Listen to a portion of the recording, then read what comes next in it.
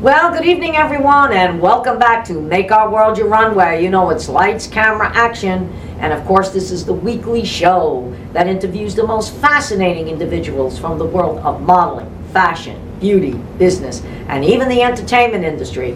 And today, we are definitely going into the entertainment industry. We have an amazing guest, okay? And I'm going to give him a great introduction very shortly. But we do want to thank the sponsors that do make this show possible, and that is Lasky Architect, Lux Salon, Margaritaville at Sea, 100 Successful Women in Business, the Global Trade Chamber, the Transmedia Group, Veda Designs, and of course the Bangladesh American Chamber of Commerce and SB Fashion Direct. So once again, sponsors, thank you so much, okay, for making this show possible. And we also want to remind our viewers to subscribe to the Global Trade Chamber YouTube channel, so that you can see all the shows from Make Our World Your Runway and, of course, Success Stories. And I highly recommend our viewers to tune into Success Stories, because this show features the most amazing women from the world of community service that went on to become the greatest entrepreneurs around the world. They came from humble beginnings, but when you hear their stories, they're totally going to surprise you, and you will know why they are 100 Successful Women in Business. And we'll also like to make a few announcements, because get ready for some exciting conferences, speakers, and awards, as 100 Successful Women in Business and the Global Trade Chamber are going to come to a city near you. And the first city for 2025 is going to be January 25th. It is going to be at the Embassy Suites in Boca Raton. And as always, there's going to be networking, conferences, business expo. There's always a fashion show. And yours truly from Make Our World Your Runway will be going there live to interview all the viewers and the sponsors. So make sure you go to the website at www.100swb for all the information. It is a free event. You can attend for free, so you must sign up. But if you want to be a speaker and an exhibitor, there's information there as well. And the big one coming up on April 4th, which is going to be at the DoubleTree Hotel in Miami. This is the big international event. Once again, you've got networking, conferences, business expo, fashion show, and Make Our World Your Runway will be there going live. So once again, the website, www.100swb for all the information. Make sure you sign up early, because I can tell you firsthand, these shows are an amazing sellout. You don't want to miss it. It's a great way to promote your business, great way to start off the new year, and a great way to make some new contacts. So hopefully we will see you on January the 25th in Boca and April the 4th in Miami. And now, ladies and gentlemen, as I always like to say again, lights, camera, action, it's on to our show. And I have an amazing guest today. We go way back. And if they ever remake the movie Casino, he could definitely play Joe Pesci's part. And he also had VIP TV and entertainment. So ladies and gentlemen, without further ado, and we're going to talk about all his accomplishments, welcome Joe Rubbo to Make Our World Your Runway. Welcome, Joe. Thank you. Pleasure to be here. Yeah, it is a pleasure to have you. Exactly. And, you know, I'm going through your resume here, and I can't believe that you were in The World According to Garp. So tell us about that. That's where it all started. That was my first role.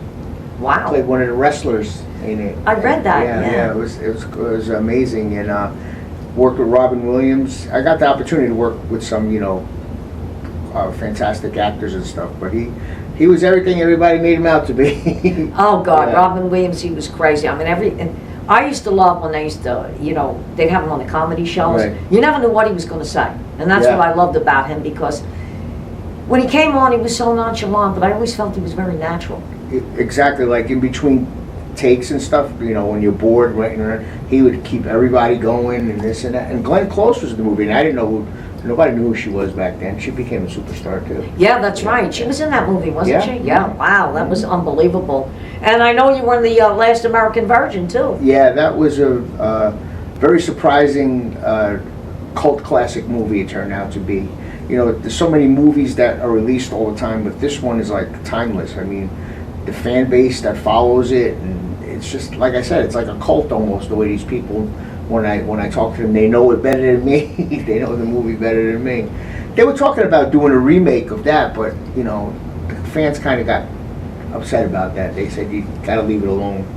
Yeah. Yeah. Exactly. And then I had no idea that you made numerous appearances on the Late Night Show with David Letterman Yes. throughout the 1980s. He was my boy, Dave. Ah, okay. It started out as one stupid skit as his stepson, and then it just grew. I did it like 4 or 5 times. Wow, that was Yeah. great. What was he like? He was awesome. Awesome. You know, we read lines like he knew me for years. It was a great experience, and every time I went back, it's like we were buddies. It was cool. Yeah, exactly. Yeah, he seemed like he was that kind of a person. I mean, for years, Johnny Carson, of course. Yeah, You know, everybody knew Johnny Carson and, you know, The Tonight Show, but it just seemed that David Letterman had that way about him. Yeah, he was really cool slapstick. And you know, when I first went there the first time, it was CBS Studio.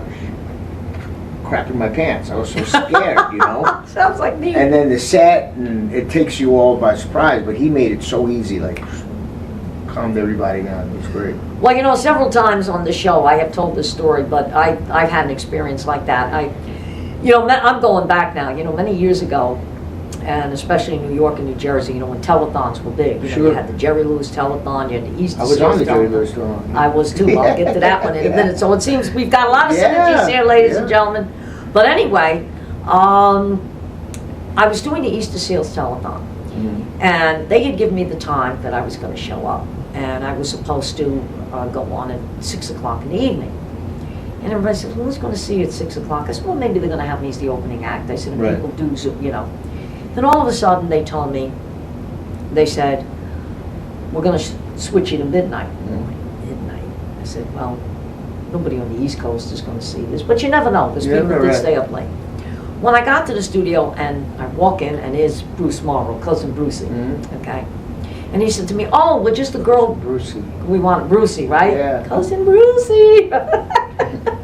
And I walk in, he said, we're just a girl we want to talk to. I said, well, I'm here. I walked in, it was about 11 o'clock. I said, I figured I'd come early. I said, I know this, you know, you like to do a little bit of a mic test. He said, do you know why you're going on at 12 o'clock? I said, no. I said, but my time has changed all day.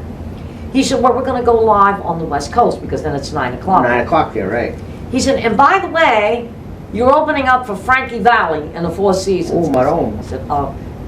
I think I just got his throat. I said, you got anybody else who wants to do this? He says, you're in. I said, oh my God, now I'm shaking. That's huge. Yeah, it was. He was coming from California. Right. He said, I'm going to introduce you. I said, you sure you don't have anybody else in the studio that wants to do that? Well, I got my nerve up and I said, well, I'm going to go out. Well, when Frankie Valli heard me sing, he was talking to Cousin Brucey. He said, let her keep going. He said, this is a great opening act. And Cousin Brucey, when I started to sing, was like, Nice. so they decided, and I had enough material that Yeah. night, but I opened up for Frankie Valli. And then we had done, my cousin's also a singer. In fact, right now he's #1 on the Rockabilly. Okay, you gotta look him up, Anthony Liguori. Anthony Liguori. Yeah, he does it's a fabulous Elvis act. If you close your eyes, you swear it's Elvis, okay? But he also has his own music that he does. He wound up opening up for Frankie Valli.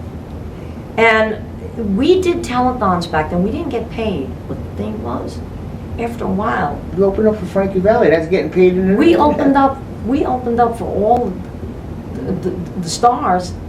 And you know what? When Atlantic City started to become big, we got paid because we were opening acts for the stars. For those people, yeah.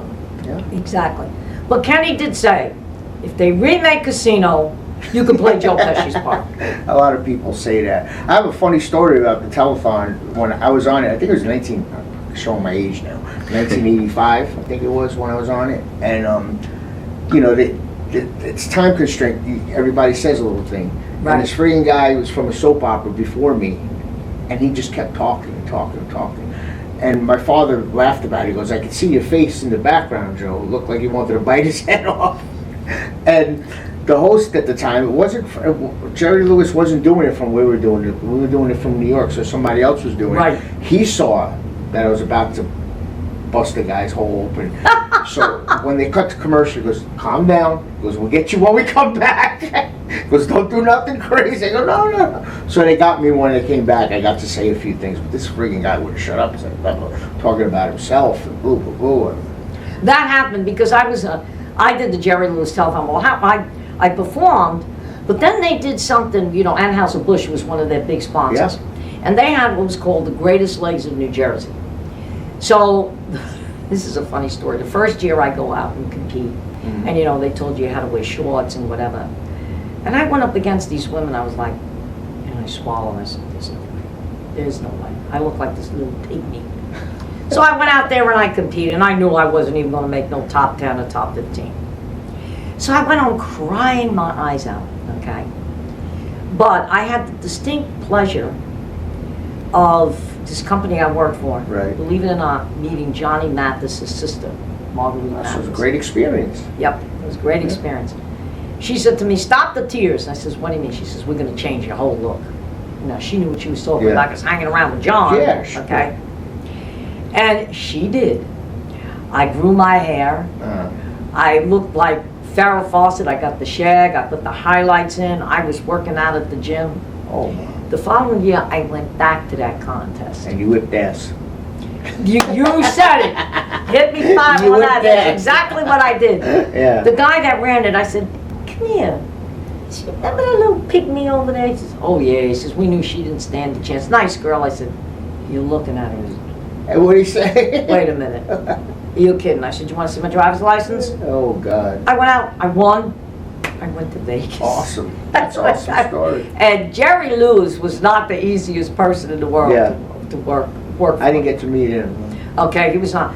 And when I did the Jerry Lewis telethon, I had done it in New Jersey. Of course, he had, you know, and they would go back and forth. Julius LaRosa was the big one in New York. Yeah. That's who ran it. That's probably who it was I was with. It. Yeah, and Julius LaRosa used to love to talk about himself. Okay, he'd be on there forever talking about himself. Okay, but yeah, I mean, those were some great times. But we always said we knew we weren't going to get paid to go to some of these events. But it was the experience and who you meet. Yeah. I also did another one where I didn't know the MC was going to be William B. Williams, who hung out with Frank Sinatra in there. And I go out there and sing, and he says, Monday morning you're coming on my show. I'm like, I am. So that's why it's great. You get all that exposure, and you got a great voice. Somebody's going to spot you, and it just blossoms from there. Oh yeah, exactly. It does. It blossoms from there. And that's why, and then when, like I said, when Atlantic City really started coming into play, okay, we were opening acts, and then at one point, you know, I think the greatest experience I ever had, and it was funny, Louis Prima. Louis Prima. Louis Prima, course, okay, and when Louis Prima passed away, his saxophone player, Sam Butera, took over. It was Sam Butera and the Wildcats, okay? And I had been in, it wasn't New Orleans. I had been in Kentucky. Right. And they had actually opened up a riverboat casino there. In Kentucky. In Kentucky, yeah. And I was judging a pageant there. And I didn't know that Sam Butera was opening up that night. So I went in the audience, and I'm watching his show after the pageant was open. He says, you know, he says, we have a singer here. He said, he said that, he's from New Jersey, and we're all looking around. He says, really can hit those high notes. And he says, I'd like to have her come up and do New York. New York, so we're all looking around. Who does he pull out? You. Did you do it? He did. He says, here she is. And I'm like, oh You didn't expect it. I didn't expect it. And I had a stage, I used my first name, but I used to use Angela Lynn back then as my son. And he says, Angela Lynn, he said, she's going to come up and do New York. I said, I don't believe this. Did you do it? I did. And it was great, right? It was great. Yeah. But that was the other thing that people don't know, because you could be famous with the lounge acts. I never knew that Louis Prima, that's how he started.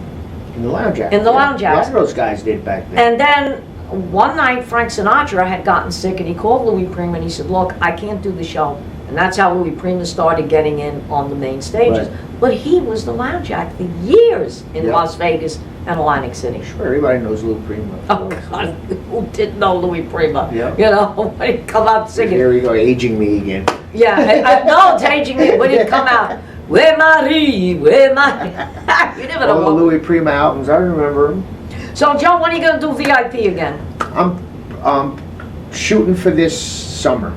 You know, I'm going to wait till this summer. I'm hoping it's going to be this summer. If not, it'll be in, early next year. It's coming back for sure. Yeah. That was a great show. Yeah. You never knew who was coming on that show. Yeah, neither did I. No, you never knew it was coming on. No, it was fun, and I want to get the radio show going again, the Sixth Borough. I want to start rolling again. I've got a lot of stuff behind me now. I'm just looking forward. Yeah, no, and I think once you start that again, everybody. Yeah. Do you remember? He actually worked for. You were on the show a bunch of times. Oh my God, Yeah. I was a fixture. Yeah. And our husband said, "Where you going tonight?" I said, "VIP." Yeah. I said, "I'm going to VIP. We're going to have fun tonight." In fact, I don't know if you remember him. He was with Lipton Toyota. Joe Moreau. He used to have a show called Fort Lauderdale at Night. I remember. Of course. Remember I that? do. Yeah, he was another character. Yeah. And you'd walk in. Who you got on the show? Oh, you'll know who they are. See, the one thing about VIP is you didn't see me much. I was behind the scenes. You were behind the scenes. I made appearance once in a while, but I'm the one who put it together. That was the first time I ever went behind the camera, instead of in front of it. And it was fun. It was great. Yeah. To get these hosts, get them going and stuff. And it took a life of its own, but I can't wait to do it again. No, it's going to be great. This is what we're made for. And I think my viewers know I do a lot with pageantry and modeling. Yes. But I'll be honest. What do you mean you do a lot? You're the queen. And when you talk about modeling in South Florida or anywhere that I know, she's the first name to come up. Thank you. But you know something? I think show business is still my first love. Same with me. Because, I mean... That's why I can't stay married. See, I'll tell you the good part about me being married is my husband Al was a model many years ago. Great guy. Yeah, he is. And he loves this business. He wanted to be in The Sopranos. Okay, if they told him he was going to go and play Tony Soprano, he'd be in love. See, that's why it's working. You're both in it and you both love it. When it's not like that, you get jealousy from the other person, and it's like... The only time he got jealous, but then I kind of started doing my own act, when I was in Phantom of the Opera. Oh, and I had to do a love scene with the Phantom. That did not work. Did he go like this? Yeah, that didn't work. He says, and when the guy took the mask, this was a good-looking guy, and he was a retired cop. Oh, God. Okay, and I'm like, this is not going to work. How'd you get over that? The soprano over there, and a retired cop, this ain't not going to work out. So what happened was, I had done the East Coast tour. Yeah. Okay? But after the East Coast tour, I had actually told the band leader, I said, look, I got to take a little bit of a break. And he said to me, he says, we're not going to be doing as much. He says, and we're going to be doing a different area. He says, and I have a girl that's in the Chicago area. I said, great. And unfortunately, it was called Jonathan's Big Band, and then Jonathan passed away, and the whole thing just kind of disappeared. Right. And then the guy who played Paul Stevio, he played the Phantom. He finally retired up in Tampa, and then he got remarried, and his wife got sick, so he doesn't even sing anymore, okay? And I just recently ran into him, and he says, we got to do that again. I said, no, we don't. No, we don't.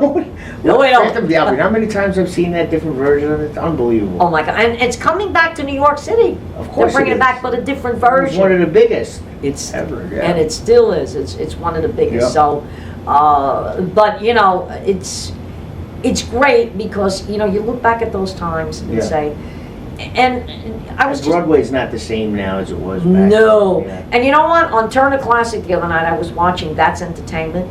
I saw that.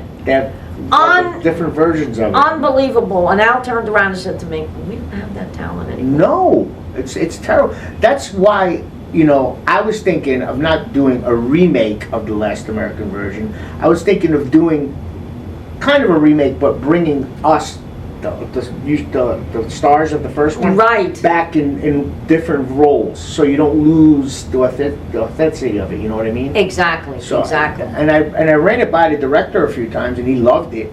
He goes, let's see if we can do it. So I'm just waiting. That's kind of a surprise, but I'm hoping if that happens. I don't know if they would call it the same name because there might be conflict with Canon Films. So I don't know what we're going to do. With That's Entertainment, the first one was done by Jack Haley Jr. The second one, That's Entertainment 2, was actually produced by Fred Astaire and Gene Kelly. Then they have That's Entertainment 3. How many are there? There's three. I didn't know until I looked it up. And how far does that one go? Well, That's Entertainment 3 almost went up into the 70s. That was Right. produced by Gene Kelly, because you remember Gene Kelly came out of retirement to do Xanadu, Yeah. okay? Which unfortunately, the times, Yeah. that didn't go over. He was great in it, but it just didn't go over. Yeah. But then they stopped after that. A lot of that talent Because isn't there's around. nothing like that anymore. No, You know. that's They might have why. been able to go up to the '80s, but then that would have been it. Yeah, they only went up to, I would say, Yeah. right up to like when disco was big, like that Right. mid-70s. That's really the last of Yeah. the flamboyant shows. That was the last of the flamboyant Yeah. shows, yeah. And it was good, but it wasn't as good as the first and the second. Yeah, you were mesmerized by watching the first. Oh and my God, the first and the second were great. Yeah. But the third one was good. Astaire had passed away at that time, so Gene Kelly Yeah. took it. He produced it. And he still had a lot of the old stars. He did show a lot of the memorabilia. Yeah. But it just, you know that it was just Yeah. starting to fade out. You at that remember point. being a kid, and when I was a kid, my grandfather used to watch Lawrence Welk. Oh God, my And grandmother. I used to laugh at him. But now you go back and you look at that, it Right. was freaking great. Oh my God, yeah. Unbelievable the talent that they had on that show. The talent that they had. And I was telling somebody the other day, I said, and they said, what do you mean you had dinner with Frank Sinatra? I said, yeah. I said, I walked into that one. That was crazy. I was working for a company, and you know, I never knew that Frank Sinatra was a silent partner to organizations, 𝐸 and the Los Angeles Dodgers. He was a silent partner. And of course, 𝐸 started out in New Yeah. Jersey, so he was a Jersey boy. Okay, it's like Frankie Valli. Right. And this 𝐸 driver came in, he says, hey, so what are you doing tonight? I said, what? He said, we're having dinner with Frank. I said, yeah. Frank who? He says, Sinatra. Yeah, right, okay. I said, tell me another story. He says, you don't believe me? He says, can I use the phone over there? I said, yeah, knock yourself out. Pulls up Jilly Rizzo. Puts me on the phone with Jilly Rizzo. He says, bring whoever you want. I said, I'm going to bring my best friend. So I go pick her up. I said, look, I don't know what we're walking in. Maybe we're going to get killed. I don't know. She says, where are we going? I said, we're going to Rocky Lee's on 52nd and 2nd. She said, who's there? I said, I don't know. I said, but I'm going to find out. Walk in, big bouncer comes. Can I help you? I said, and I'm starting to stutter now, which I normally Right. don't. My girlfriend Rosemary says, we're looking for Eddie Camuso. Oh, Eddie's in the back. She says, we're looking for Jilly Rizzo. Jilly's in the back. Who comes out? Eddie. And he says, they're with you? He says, yeah. He said, they're with me. So we walk in.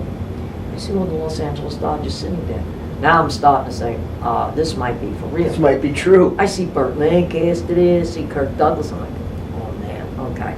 So we sit down, and he says, don't make a big deal when he walks in. I said, who? He says, Sinatra.